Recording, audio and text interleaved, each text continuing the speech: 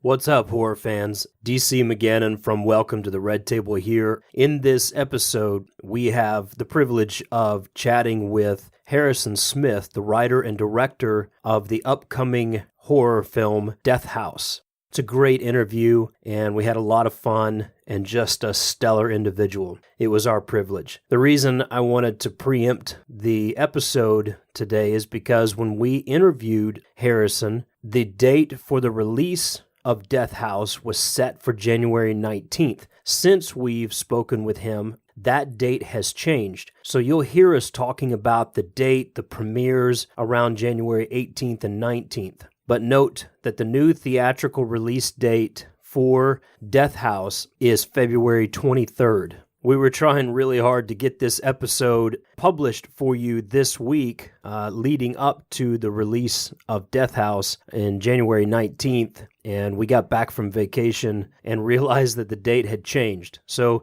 we apologize for that, but know that the new date for Death House releasing in theaters is February 23rd. We're going to go ahead and release this episode anyway because it's a great conversation. We'll talk about it again in the next month. So without further ado, let me turn it over to Mr. Harrison Smith.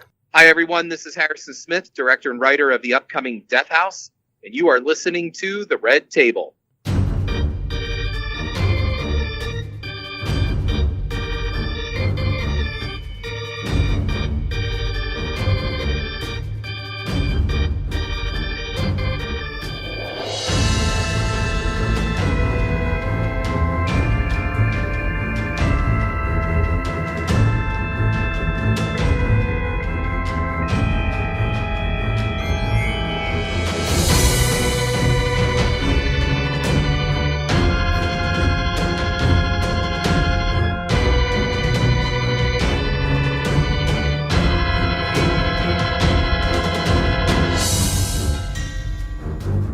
I think Hollywood probably should thank horror for its own life. I don't know if you agree with me on that, but without horror, I agree. You got a pretty empty shell there.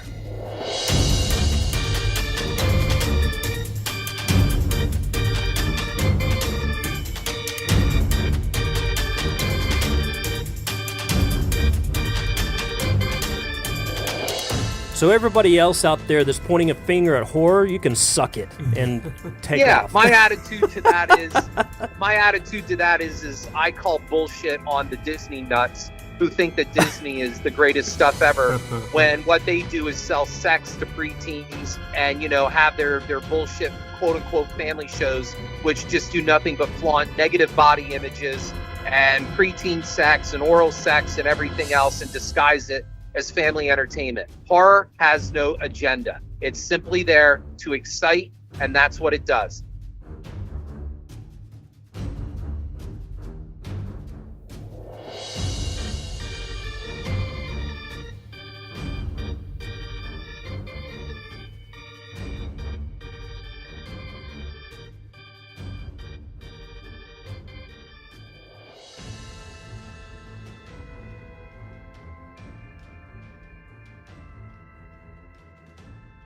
Well, folks, we have no shortage of opinions here at the Red Table, so get ready, buckle in. We've got a great conversation coming here in just a few moments with Harrison Smith, the writer and director of Death House, as a special episode in the director's chair of Welcome to the Red Table. As we return, happy 2018, everyone. Woohoo!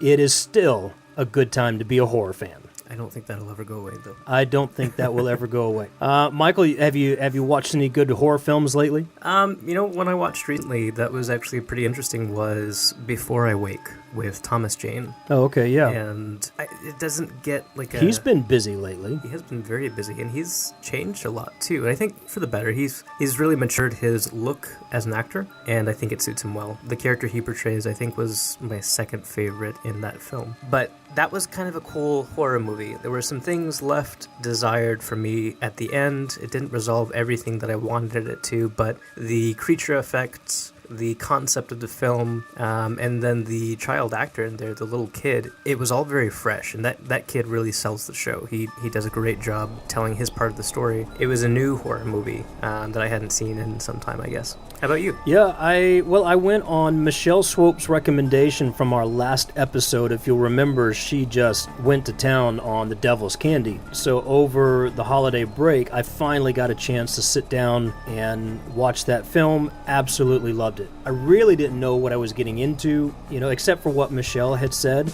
I just went with that, and man, what a stellar showing. It was very artfully done and very gritty as well. So I say artfully, it obviously surrounded a lot about the life of an artist as well. So it really took on his character and his personality in the overall movie, in the overall production. So it was a stunning film.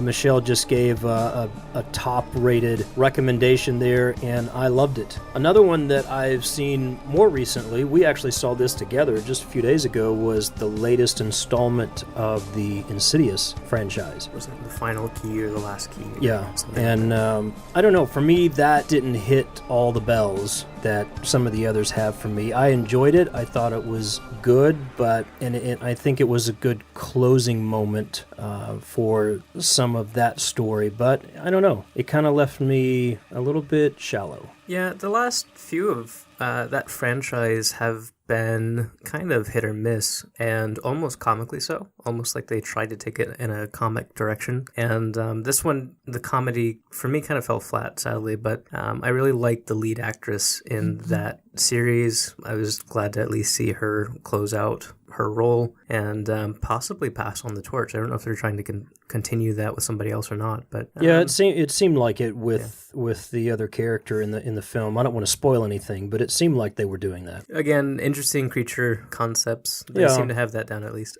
Yeah, definitely. I don't know. I've seen a few others. I can't really recall top of mind, but it's been a good season to watch horror. What are you looking forward to? We've got some big ones coming up this year, and I'm really excited about 2018. Well, during Insidious, we actually saw a trailer for A Quiet Place. Yeah. That looks pretty sharp. Yeah, I I had agree. no idea, I hadn't heard anything about it, no pun intended, but that looks pretty cool. Yeah, another one, and some people may not consider this horror, but I do believe we have a little bit of cross-pollination there, but I'm looking forward to Winchester. Oh yeah, I forgot about that. Yeah, I think that's what it's called. Yeah, no, it definitely is. I mean, I like that legend and the factual side of the story as well for the Winchester Mansion in real life. That's a pretty intriguing story. Yeah, and I like historical ghost stories, so it gets me with that kind of stuff. But another one I'm looking forward to is, and I almost said Trick or Treat. I wouldn't mind that again, but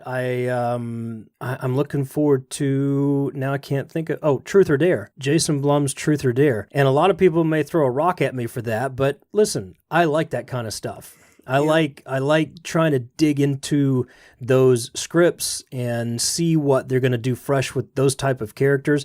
I believe he may have something on this one. I felt the same way watching the trailer for Truth or Dare that I did about Happy Death Day. The trailer for Happy Death Day. So and we came out with a win on that one. Yeah, so for the most part, he's done some pretty good stuff in the horror community. So I think he's taken chances, and I think he's taken some good chances. But what I think he's doing more importantly is introducing new audiences to various forms of horror styles. Yeah, no, I think he's smart to do that, and I'll give it a chance. We'll see how it goes. We'll see. How do you feel about, and this may sound weird as a horror movie, but it's kind of being marketed as this, but how do you feel about the New Mutants? First of all, I am not a big fan of, all the comic hero movies at all. I see them. And neither is our guest, by the way. Yeah, I see them because I feel like I'm holding out for hope that one of these is going to break through and really impress me. Hasn't happened yet, but I don't know. This one has a bit of a twist and in stylistically. And again, I'm going to hold out for a little bit of hope on this one. I'll see it. I hope it comes through as it's being marketed, because if it does, I believe they reach a new audience. I believe they hit a new note that is much needed in those franchises, but I'm not sure they have the guts to pull it off outside of marketing. Yeah, and to be clear, for those who don't know what the New Mutants is or haven't seen the trailer yet, it's an X-Men movie, but it has a very spooky feel to it, like a Haunted Mansion almost. Obviously with those science fiction themes, but it's interesting. I mean, it's got the dude from Stranger Things in it, so it can't be all that bad. Let's see. Everybody knows I'm a fan of Stranger Things. The other one that I'm hesitant to look forward to, and I say this just because of some of the other things that this has been associated with over the years, Slenderman is getting a movie. Yeah, Slenderman's getting another movie, a more specific to his character movie, I guess. Yeah, because I don't think we've seen one specifically for Slenderman on the big screen. We've seen some things from web episodes, and we've seen them make a few smaller Marble movies. Hornets made a film, but it was straight to video, and it was good. It was well done for what it was, and it certainly fit within their parameters and construct of filmmaking, but it wasn't Slenderman focused. Yeah. So I'm looking forward to this, and I hope that it does the mythos properly, or not even the mythos, but just that character, because I've always liked the figure of Slenderman. The stories associated with him, it depends on who's telling it, I guess. Yeah, and we've got some revisits to some favorite classics. We've got some remakes coming. We got all kinds of stuff coming this year. And we've got Halloween, don't we? Yeah, oh my gosh. Please. Let's get on with it. So I'm excited about everything that's coming. But listen, again, Michelle Swope turned us on to what's coming this month. As a matter of fact, as of this recording, just a week from now, the premiere for Death House happens. And we're talking today to Harrison Smith, the writer and director of that film. He took it over from Gunnar Hansen after Gunnar went through some transitions with the script and everything and ultimately passed away a couple of years ago, but it was effectively handed off to Harrison Smith with Gunnar's blessing, and we are about to have a horror fan's dream come true with the cast and the setting and everything, that the effects. We're going to talk about it all here in just a few minutes with Harrison, but that film, Death House, opens next week. I believe the premiere for the LA premiere is next Thursday, and I believe the New York premiere and the wide premiere is next Friday. So we wanted to get this show out this week just in time to help promote that film, because you don't want to miss that film. It's very exciting to hear all that has gone into this. This thing has been around trying to be made since like 2010. Harrison took it over, finally got this thing on the rails properly and full steam ahead. We're about to run head into the ultimate cast for a horror film, and then spin-offs already in play. So I'm pretty excited about it. And a building on that ultimate cast with those spin-offs, if that comes to fruition. So definitely looking forward to that. Absolutely. We've got a couple of maybe not so much secrets, but some key insights from Harrison that he shared with us, and some cool behind-the-scenes type stuff. And of course, if you know Harrison or you've ever heard him speak, you know he's an opinionated guy, so we've got some very colorful and exciting moments in our conversation with him today as well. But let's switch over, Michael, and share this conversation that we had with Harrison several weeks back in preparation for the release of Death House, which will be a theatrical release next Friday. I think it's January 19th is the release date. So horror fans, unite and get ready for a really good kickoff to 2018. Again, as a reminder, the new date for the theatrical release of Death House is February 23rd. You guys get ready for a great show. Thanks so much. Welcome to another session of Welcome to the Red Table. Michael, this is a special edition, what I'm going to term In the Director's Chair. Today we have Harrison Smith of the movie Death House, which is slated for theatrical release this month.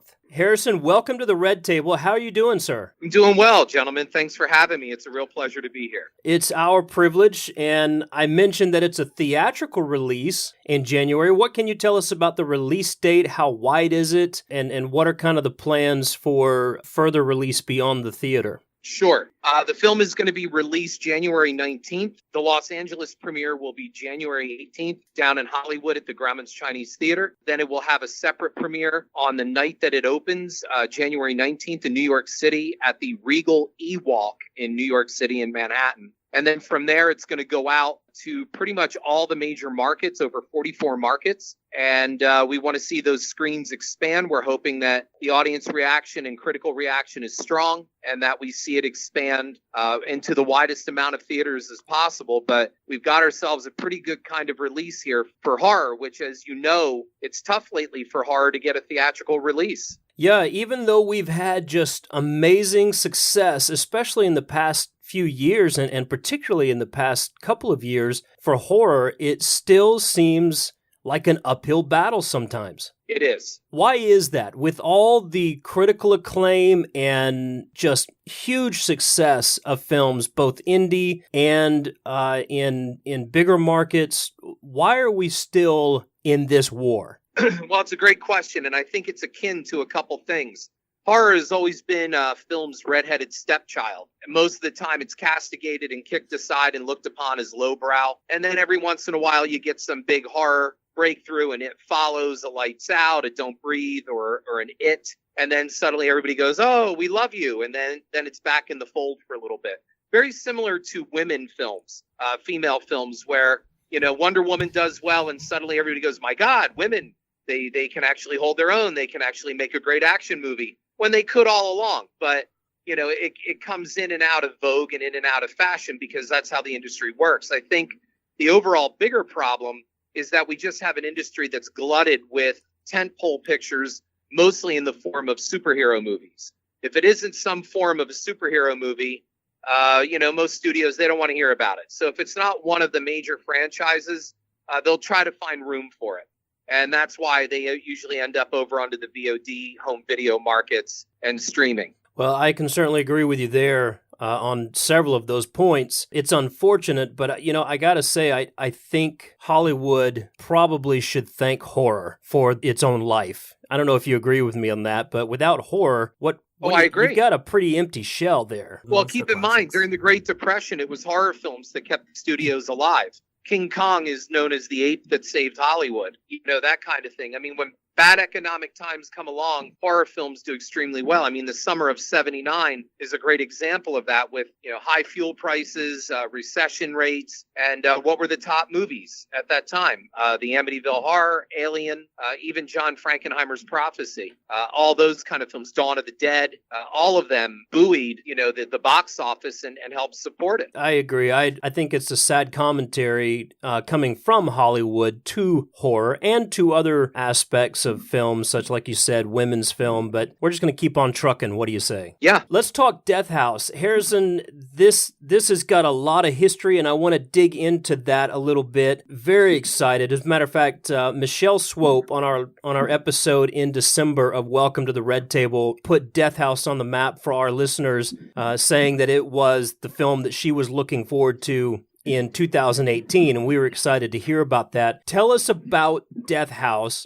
What is it about? There's been so much talk out there on the internet, on the airwaves about Death House over the years because of some of the changes that have happened. But give us your take right now. What is it about? What do we have to look forward to with Death House? Well, it's always been billed since I came to the project as the Expendables of horror. And while I don't agree with that, if it helps get it in people's minds, that's great. But it unfortunately brings up the idea that, you know, it's going to be like Freddy versus Pinhead or Candyman fights Michael Myers. That's not what it's going to be. These are all new characters. These actor icons are coming in to create all new characters and not reprise their old ones. So that's the first thing. Second of all, it's the largest collection of horror names in a single film. And, you know, it's got a whole fresh new story. The original story was penned by Gunnar Hansen.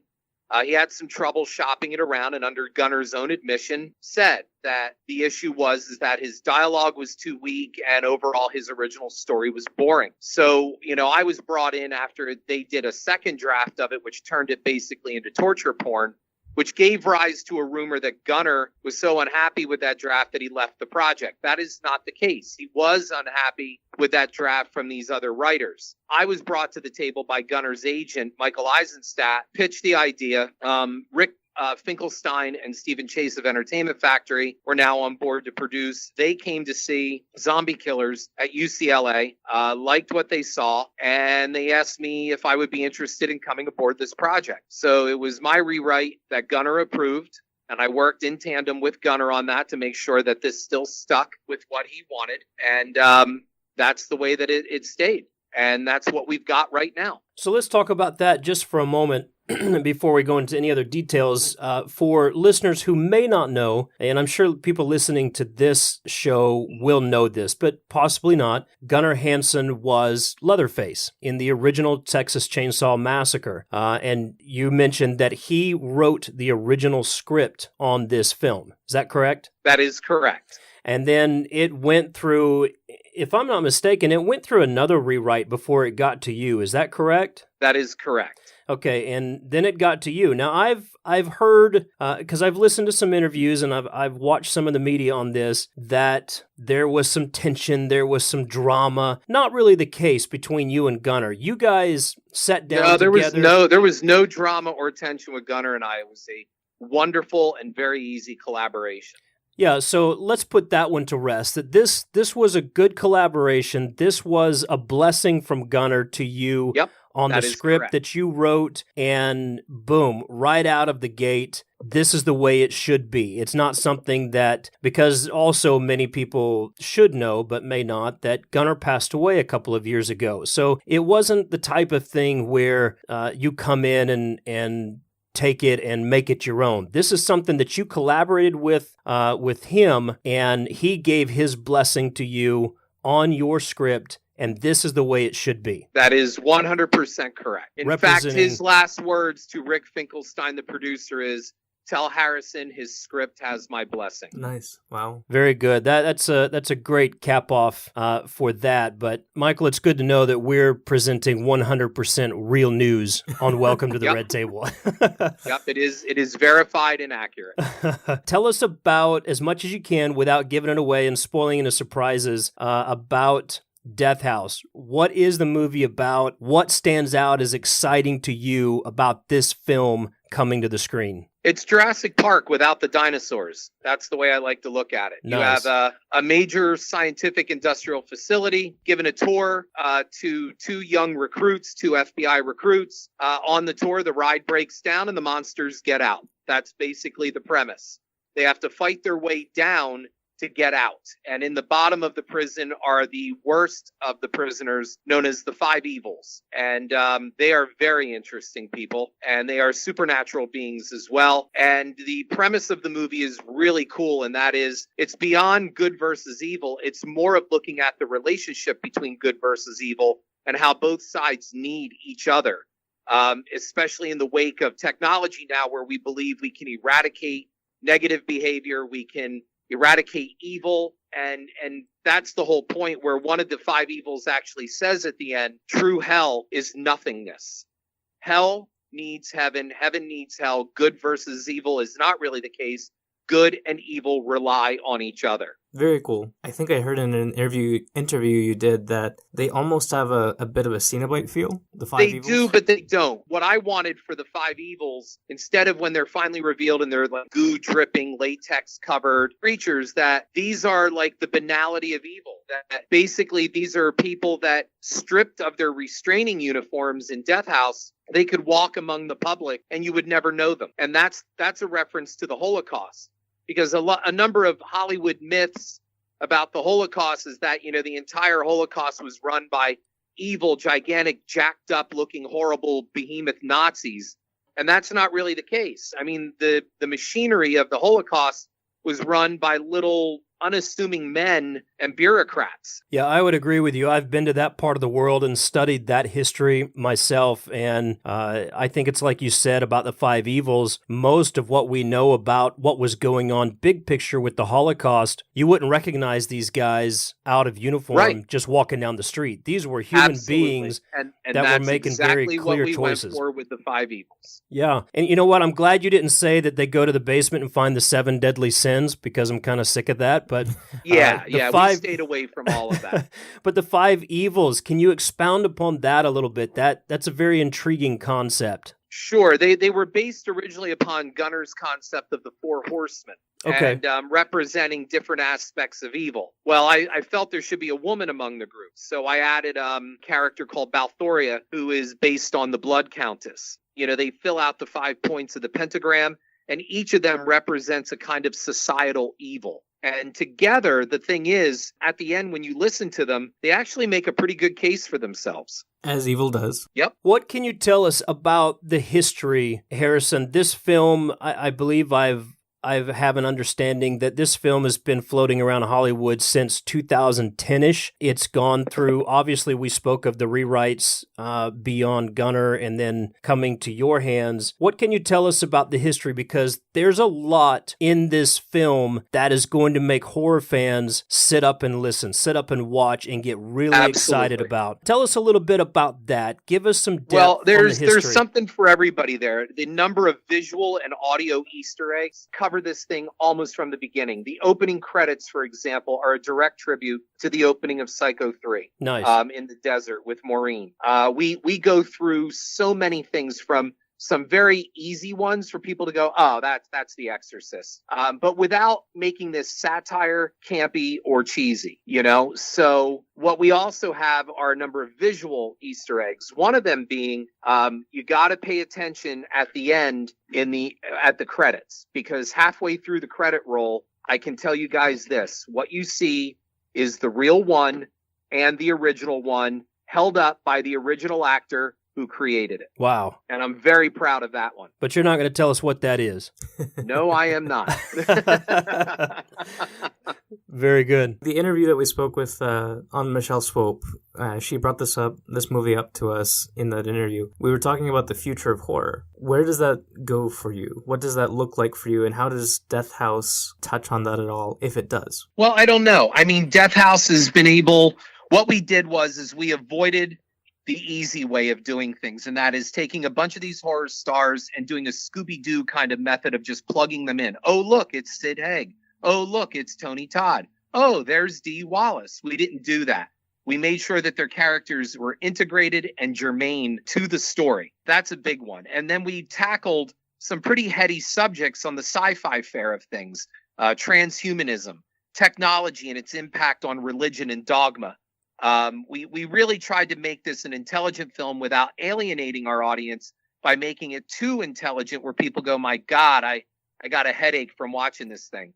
That's not the case. We have an incredible amount of action, blood, gore, monsters, creatures, nudity. It's all there. So it's a horror fan's dream. It's a horror. You know what I call it? It is the roller coaster ride through the funhouse. That's what it is. Very nice. Very nice. Talk to us about the cast, and you mentioned some names there, the likes of Tony Todd, Michael Berryman, Dee Wallace, Sid Haig, Barbara Crampton. I mean, the list goes on. Kane Hodder. Talk to us about that cast, because obviously at this point, the cast is finalized, the film is done, it's ready to go. I've listened to some things in the past where people had speculated or it wasn't quite sure the final cast, but you've got that cast. Tell us, if you can, an overview of the who's who and what it was like working with this cast, this magnitude of a collaboration. Well, I can tell you this.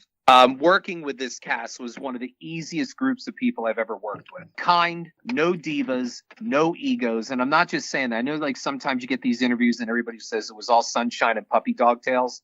I'm telling you, it was a joy and a pleasure to work with every single one of these people. The nicest people, humble, kind, and all there for one purpose. They used to say it all the time. This is for you, Gunner. That's why they did it. They were there to honor Gunner. Nice.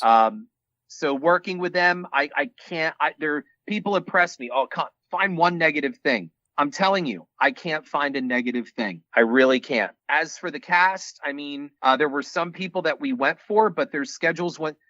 Most people don't understand how a movie works. When the money locks, you go. And that's all there is to it. You can't wait around and go, well, so-and-so could do this in 3 months. You got to go. So Robert Englund, for example, we had a letter of intent from him. However, he had 3 projects going on at the same time, and he had literally a 72-hour window. And there was no way he was going to be able to shoot what we needed him to do in 72 hours. And we came up with him with a bunch of ideas, going to his home and shooting something there on a cell phone just to get him in. But it wasn't going to work. And he was real nice about it. And, his attitude was, hit me up on the next one. I'm sorry. Because he couldn't help it. He was already contractually committed. So, and then Bruce Campbell was another one. Bruce was awesome, but he was dedicated to Ash versus the Evil Dead in Florida. We couldn't get him. But he said right out, he said, listen, I'll set things up so you guys can premiere at my film festival and, look me up on the next one. So they were very kind people. They were very nice. And,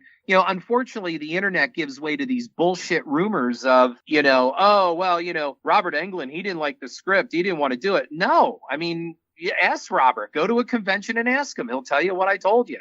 We wanted him and we bent over backwards to get him. But when the guy's doing 3 projects and flying back and forth to Scotland, it's not going to happen. So, just because the money moves doesn't mean their schedules move as well with it. Yeah, I mean, if you wait too long, you lose funding, you lose windows of opportunity. I mean, I would hope most people understand, but probably not. Right. That's the reason why we have internet rumors these days.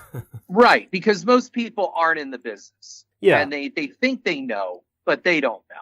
Right. But I think you hit a good point, and I've heard prior, and you can correct me if I'm wrong, but you've got laid out, I think, up to 5 sequels already on this film? Yes, there are 5 sequels planned, and one of those includes an unofficial prequel. Death House 2, the script is already written. We're waiting to see the performance on this, and we're ready to rock and roll and get those guys all back. I want Cody and Courtney back into the saddle and doing things again, who were also wonderful people to work with. So you've got this, just amazing cast. You've got 5 sequels planned. So there's plenty of room for some of these other iconic actors to come back on board and really just grow the franchise. Yes. Now, Kane, when you watch Death House, all the actors in the film have agreed this is Kane's movie. And Kane has said, and I quote him, this is the movie he is most proud of. That's a pretty big statement. That's big. Yeah, if you know Kane, you know he doesn't bullshit. If he doesn't like something, he's not going to like it. He seems to be a very down-to-earth guy. He is extremely down-to-earth, and he has asked, I want to be in the sequels. Well, and I think there's a stigma out there. We talked about stigmas with horror last time from a consumer standpoint, and I think the stigma rolls over to professionals as well in the industry that, horror, people working in horror, whether it's authors or filmmakers and especially actors, to be a horror person, you've got to be this guy that lives in the basement that, is eating rats and you're mean and That's ludicrous. You're sacrificing babies. I've never met a single person involved in the horror genre who wasn't what you described. Nice, approachable, just extremely creative, all the good things about humanity. And I think part of that, maybe you can correct me on this as well, but I think part of that is we get a lot of junk out of our system by writing and creatively approaching the elements of horror and what it represents. And it gives us the freedom to be nice people. And we're not that guy living in the basement. Your thoughts on that? I agree. Rob Zombie, for example, is a gentleman, a nice man, and actually very shy. He's not snipping off the heads of kittens in a shed. He's not doing anything like that. He makes some scary stuff. He does his music. And he's known as one of the nicest gentlemen in the industry. So everybody else out there that's pointing a finger at horror, you can suck it and take off. My attitude to that is I call bullshit on the Disney nuts who think that Disney is the greatest stuff ever when what they do is sell sex to preteens and, have their bullshit quote unquote family shows, which just do nothing but flaunt negative body images and preteen sex and oral sex and everything else and disguise it as family entertainment. Horror has no agenda. It's simply there to excite, and that's what it does. And you know what? That's the same thing said for porn. There's no religious agenda with porn. There's no political agenda with porn. It is there to excite you.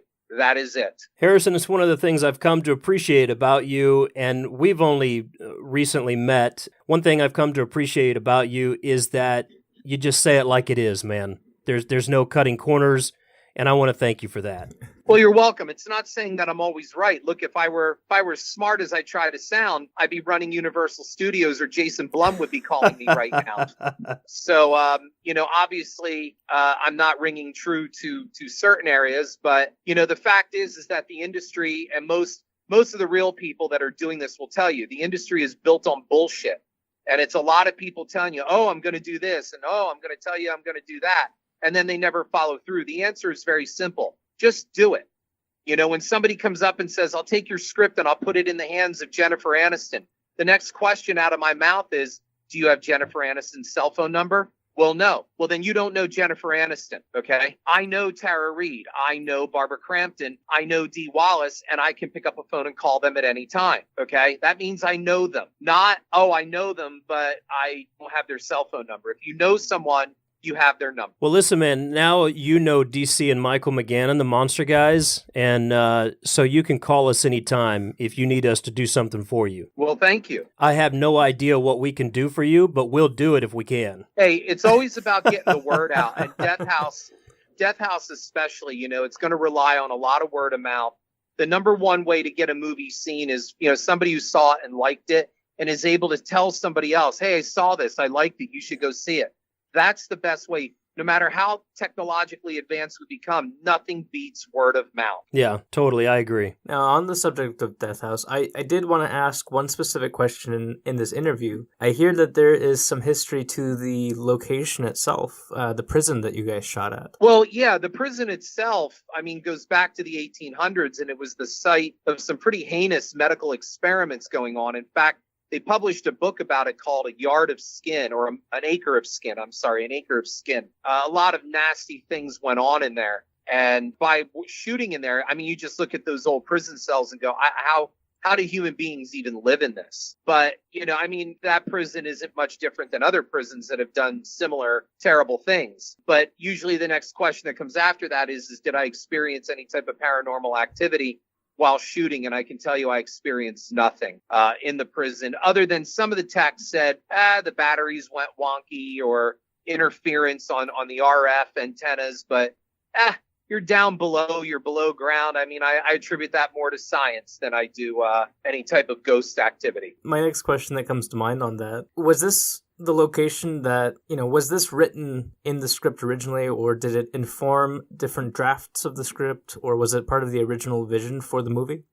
No, it was always part of the original vision to have Holmesburg Prison. And a shout out to them, because they were absolutely some of the nicest and wonderful people that we worked with. The Philadelphia Police Commissioner and the department just opened up their doors to us. So we couldn't ask for nicer hosts. Very good. And that, to me, lends to the idea, going back to Death House, that Death House is not just all physical stuff. You've got some supernatural and even science fiction elements to this film. Yes, is that correct? That is correct. Absolutely. And you don't always explain in the script, exactly how or what's going on with this, but you just leave it to the imagination. What? Yeah, it's called leaving things to the imagination. So what science fiction, what supernatural elements could you point out to us that we have to look forward to in this? Well, the number one thing that I've always used is Kane's ability to regenerate. You have people like my editor, when we were editing this thing, he's like, Harrison, I just got some questions. Doesn't make sense. They shoot Kane and he gets back up. They gut him. He comes back up. They chop him up. He comes back up. And I said, yeah, well, you never explain how he does it. I said, how many Friday the 13th movies have you seen? And he goes, well, this, that, and the other. I'm a big fan. I said, well, they chopped off Jason's head. They drowned him. They burned him. Everything else, and he keeps coming back. I said, did you ever stop and ask for an explanation? Did we need our Star Wars midichlorian explanation of how this is done? Did we need the science scene in the lab? Well, you see, Jason's cells, have a remarkable power of regeneration. If we could only tap into their power, we could discover the secret of immortality itself. Do we need that garbage? This is horror, man. Let's go with and it. So I said to him, so when Kane wears a mask, you have no questions. But when Kane doesn't wear a mask, you have questions. And he's like, I never thought of it that way. I said, well, how about just going along for the ride? The fucking tank doesn't explode at the end of Jaws, okay? It doesn't blow up. Ships don't explode in space and make sounds, okay? But everybody's going to be lining up with a boner in 2 weeks to watch that very thing happen. Very good, very good. Talk to us about practical effects. You lean heavily on practical effects. Absolutely. All the violence effects in this movie are all practical effects. And I've got one practical effect that I have set on record already, rivals the alien chestburster scene in the original Alien. Well, and that's what I wanted to hit on. Can you tell us any other inside secret sauce stuff, or are you just going to leave us to grovel until January 19th? All I can say is you'll know it. You'll know it when you see it. And it's just the piece de resistance from Soda Effects. It was everything I wanted. And I can tell you the blood shot 25 feet into the air and one of our extras passed out. Oh my gosh. Hey, that's a good reaction. Yep. But that's a bold statement too, to rival the chest bursting scene from Aliens. Oh yeah, it rivals it. Very cool. Now I'm very proud of it. I gotta applaud you real quick just for using practical effects. And I think you had said there maybe you've got 1 or 2 digital effects in there for some of the stuff going on in the prison, but that there's no digital blood or any crazy stuff like that. No digital blood. So no digital blood. All blood is real. Squibs, the whole thing. So from somebody tired of seeing overused CG in movies that don't need overused CG, thank you for using practical effects again. My pleasure. Yeah, again, a horror fan's dream. I mean, your cast, I mean, the whole concept, and all the way down to just practical effects and the way that you're filming this piece, just kudos all the way around. Listen, I know you are a busy guy, Harrison. I appreciate you taking the time with us today. I want to ask you one more question. On a previous episode, we talked about the future of horror, where it's going and what it looks like. What's your mind on that? The future of horror. We've gone through so much. We've had a couple of banner years. What does the future of horror look like to you? Well, I mean, it's kind of like asking what kind of winter are we going to get? My answer always is ask me in March. I don't know. I mean, you have a strong rise in popcorn horror, geared toward that tween middle school group that isn't too offensive, it isn't too bloody. And then you've got, some really interesting people doing some breakthrough stuff. I'm one of the people that did not find Get Out to be so groundbreaking or stellar. I know that it gets a lot of props because it tackled some of the social racial undertones. But for me, it was pretty much a horror movie by the numbers. Probably get castigated for that. But I mean, I get it. It's not a bad film, but again, when everything is so mediocre and you find something that's a tick above average, everybody hails it as awesome, amazing, stellar, incredible. My life has changed by it. I don't know. I thought it was good. I didn't think it was the amazing thing that I was hoping it would be. It still left out much of the book, but it was serviceable. It did well. And to me, it just turned into a Saturday monster movie. Very cool. Thank you so much for your time, Harrison. I know you're busy. You're on the road right now talking to us, so I appreciate you, doing this. Very gracious. Folks, we're looking forward to January 19th, theatrical release of Death House. Again, a horror fan's dream. You do not want to miss this. Harrison, any final words from you today as we wrap up this episode? My only final words are to anybody out there that's looking to make a movie, and the answer is very simple.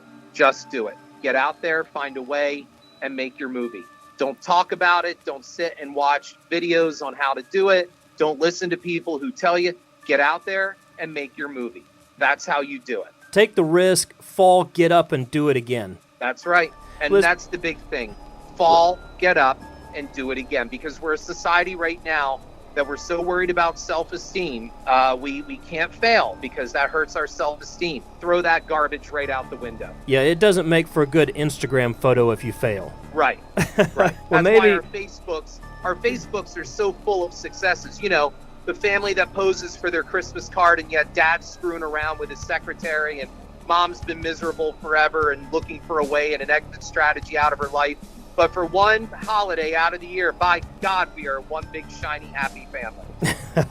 Yeah. Listen, man, maybe we can, in the future, touch base with you again on filmmaking, if you're up for it. Anytime. Thank you so much again. Where can we find you or info on Death House? Any place you want to point us to online? You can find me on Twitter at HarrisonSmith85.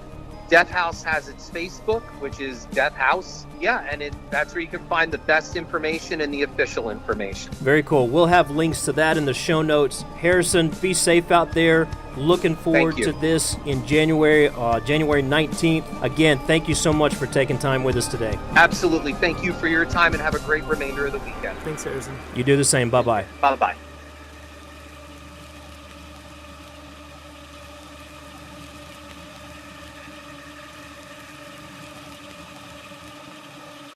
And with a crazy plot, it sounds like, some weird elements and a ginormous horror cast, I think that's a pretty good start to 2018's horror lineup. Yeah, it is. And his claim to rival, or at least stand up to the chest-bursting scene in Aliens, come on, that's pretty strong. That is, especially with all of the stories that go behind the scenes on that. Yeah, and we tested him a little bit, and he stood by his word. So he's a man of his word. So I can't wait to see the surprise in that movie, and of course, seeing Kane Hodder as a central character from behind the mask, without the mask, is going to be exciting as well, and then supported by just, man, a stellar cast. So yeah, we've kicked off 2018 pretty strong, and here at the Red Table, we're doing the same thing. We've got a lot of things lined up in the coming weeks and months to share with you, and some cool directions for us. We'll have a few more of these this year in the director's chair episodes, and then some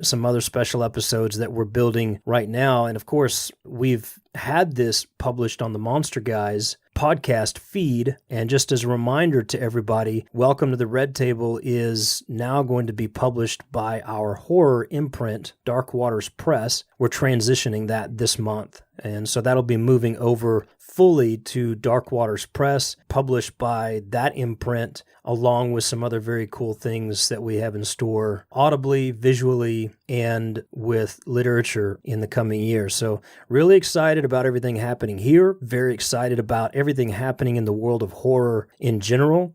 I'm just ready to get this thing rolling. So thanks to Harrison Smith for hanging out with us and getting it rolling this year for all of us with Death House and everything that entails. And thanks to Michelle Swope for kind of indirectly introducing us and giving some of her recommendations in our last episode. Just can't wait for what's right around the corner. Yeah, definitely. Should be, like I said, should be a crazy year for us. All sorts of different titles to look forward to. So in the show notes, we'll list how you can get in touch with Harrison Smith and find out officially from his sources about Death House, but plan on seeing that next week. And listen, of course, as always, your support of a film right off the bat is going to help those sequels hit the ground running. So let's get together and go see this film and make sure that those sequels have full strength as they are laying those out. I think he said up to 5 sequels, one of those being a prequel laid out already. So we want to see those happen. Michael, you got anything else this episode? No, just can't wait. I wish it was next week already so we could go see that. Yeah, definitely. Looking forward to what it does. Folks, listen, if you are a fan of the Monster Guys podcast and you are here listening from that feed, we've got a new Monster Guys episode coming out next week. We just wanted to get this one out in time to support Death House. So look forward to that and look forward to Welcome to the Red Table moving over to Dark Waters Press. And we've got a couple of new books coming out in the next several weeks too, Michael. So you guys look forward to that. We appreciate your support. Thanks for hanging out with us, and happy 2018. Happy New Year's, guys.